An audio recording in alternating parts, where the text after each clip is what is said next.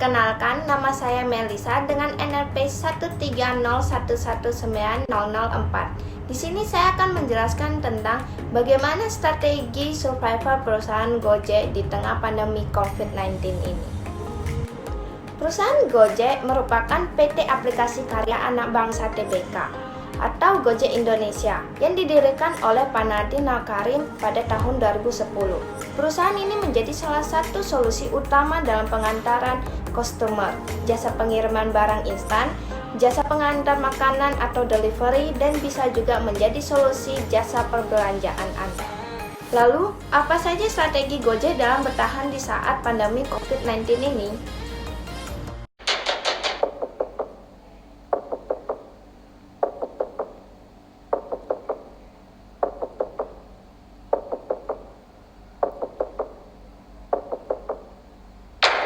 Strategi Gojek dalam bertahan di saat pandemi COVID-19 ini, yaitu perusahaan Gojek telah menerapkan sosialisasi kepada driver untuk mencegah terjadinya penyebaran COVID-19 dengan cara tetap memakai masker, sarung tangan, dan anti secara rutin. Gojek telah mengimpor 5 juta masker untuk disumbangkan ke Yayasan Anak Bangsa Bisa dan pemerintah perihal rumah sakit rujukan.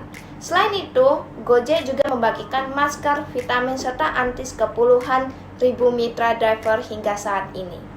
Dengan moto driver yang sehat dan aman akan mengembalikan kepercayaan para konsumen. Dengan adanya sosialisasi dan pembagian alat kesehatan, membuat para driver mulai mengerti dan menerima adanya penerapan PSBB untuk beberapa saat ini hingga new normal. Strategi lain yang dilakukan oleh Gojek juga berupa munculnya layanan GoMart di beberapa titik Indonesia, sehingga layanan ini dapat membantu menaikkan pendapatan driver dan memenuhi kebutuhan masyarakat. Selain itu, Gojek juga menyediakan beberapa fitur dengan opsi pilihan pada aplikasi Gojek supaya para konsumen dapat menambah tip hingga senilai Rp100.000 yang disalurkan langsung ke e-wallet para driver. Layanan dan fitur ini berhasil menarik perhatian para konsumen di tengah wabah corona berlangsung, sehingga para konsumen dapat diam di rumah saja dan mendukung pencegah penularan virus corona ini.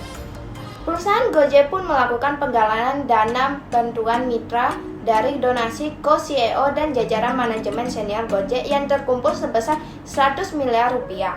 Donasi ini disalurkan dengan cara membagikan makanan gratis untuk para driver. Gojek pun mempunyai program meringankan biaya harian untuk para ojol yang berumur di atas 60 tahun. Kemudian Gojek juga melakukan kerjasama dengan pemerintah terkait dengan keringanan dan pemberhentian sementara pembayaran berjalan cicilan kendaraan bagi para driver, seperti premi asuransi, cicilan kendaraan pada bulan berjalan mitra pengemudi ojol yang mengalami perawatan, dan Gojek pun ikut turun mendapatkan pertolongan dalam skema bantuan pemerintah seperti bantuan langsung tunai. Gojek juga menyediakan jaminan asuransi kesehatan dengan polis asuransi biaya kesehatan rawat inap dan rawat jalan untuk penyakit umum para driver selama masa pandemi COVID-19. Selain itu, bagi para driver yang menjadi ODP atau PDP atau positif COVID-19, mendapat bantuan pendapatan melalui Yayasan Anak Bangsa Bisa.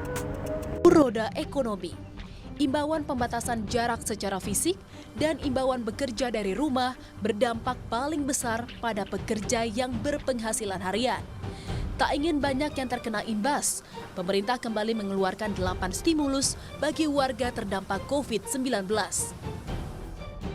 2 di antaranya adalah kelonggaran bunga dan angsuran selama 1 tahun kendaraan bagi ojek, sopir taksi, dan nelayan, serta pengurangan bunga dan penundaan cicilan selama 1 tahun bagi UMKM untuk kredit di bawah Rp10 miliar. Kepada tukang ojek, kepada supir taksi yang sedang kredit kendaraan bermotor dan kredit mobil, nelayan yang sedang kredit perahu tidak perlu khawatir, pembayaran bunga dan angsuran diberikan kelonggaran 1 tahun. Dan pihak perbankan maupun industri keuangan non-bank dilarang mengejar-ngejar angsuran, apalagi menggunakan jasa penagihan atau debt collector. Lalu bagaimana perbandingan bisnis perusahaan Gojek sesudah dan sebelum terkena pandemi COVID-19?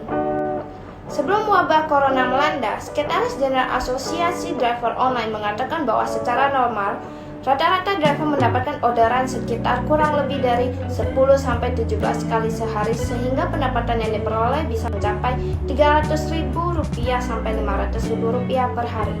Pada tahun 2019, aplikasi Gojek telah diunduh 2 kali lipat dari tahun 2018 dengan 2 juta mitra driver dan hampir 400.000 mitra merchant sehingga mencapai lebih dari 155 juta pengguna dengan lebih dari 60.000 penyedia layanan di Asia Tenggara.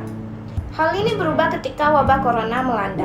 Berdasarkan data Stako, rata-rata pengguna aktif aplikasi Gojek bulan Februari 2020 berkisar sekitar 3,3 juta pengguna, sedangkan akhir bulan Maret 2020 terjadinya penurunan sekitar 14% menjadi 2,5 juta pengguna.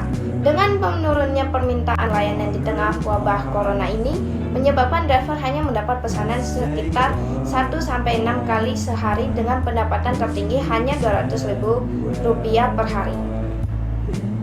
Kesulitan yang dihadapi perusahaan Gojek dan strateginya sebagai berikut. Mewabahnya COVID-19 mengakibatkan penurunan aktivitas masyarakat sehingga perusahaan Gojek pun ikut merasakan dampaknya.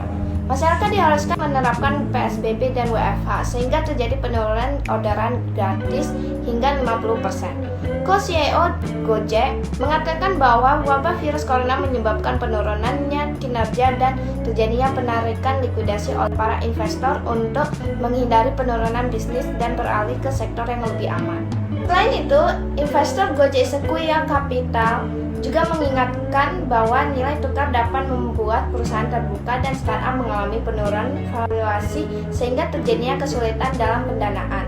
Kondisi seperti sekarang ini berpengaruh pada pertumbuhan sektor ekonomi nasional, yaitu inflasi dan investasi apabila terjadinya kenaikan tarif ojol.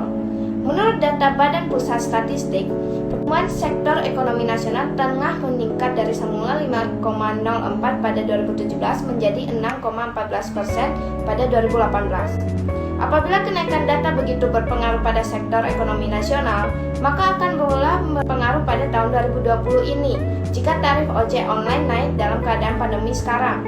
Kenaikan tarif ojek online tidak menjamin kenaikan pendapatan mitra pengemudi, jadi penurunan jumlah pesanan online pada mitra pengemudi. Hal ini membuat perusahaan Gojek mengambil tindakan yang sangat cepat, seperti bekerja sama dengan pemerintah. Ini merupakan salah satu strategi yang diterapkan oleh perusahaan Gojek untuk menyelamatkan perusahaannya, terutama para driver, karena para driver merupakan penghasil utama dari perusahaan Gojek. Bekerja sama dengan pemerintah, maka Gojek pun masuk ke dalam pertolongan skema bantuan pemerintah, seperti bantuan langsung tunai. Kemudian Gojek juga mendapat bantuan berupa pemberhentian cicilan perjalanan sementara dan jaminan asuransi, baik itu penyakit umum maupun penyakit yang positif COVID-19. Gojek juga meluncurkan beberapa solusi, yaitu dengan layanan GoMart dan penggalangan dana bantuan Distro. Kata saya, be healthy, be safe, and be strong. Tol Gojek J3K, jaga kesehatan, kebersihan, dan keamanan. Yang pertama, jaga kesehatan dengan konsumsi asupan sehat. Mbak, apa benar vitamin kalau diminum saya jadinya fit, aman? Lalu cek suhu tubuh. Kenapa ya kita nggak bisa atur suhu? Kan namanya temperatur. Lalu jaga kebersihan, cuci tangan 20 detik. Emang bener ya mbak, virus di tangan kalau dia pergi namanya virus kenangan. Dan disinfeksi kendaraan. Mas, katanya ya, kuman kalau lagi dibasmi itu namanya kenahu. Kuman. J3K terakhir, jaga keamanan. Semoga akan ada sekat pelindung. Apa benar? Sekat, kalau ada dua namanya dua kat. Kat, coba ulangin actingnya. Lah kenapa muncul? Iklan ini kan gak pakai syuting. Dan jangan lupa rutin ganti masker. Tahu nggak mbak?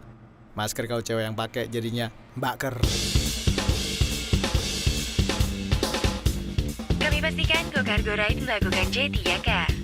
Cara aman, hidup nyaman pakai Gojek.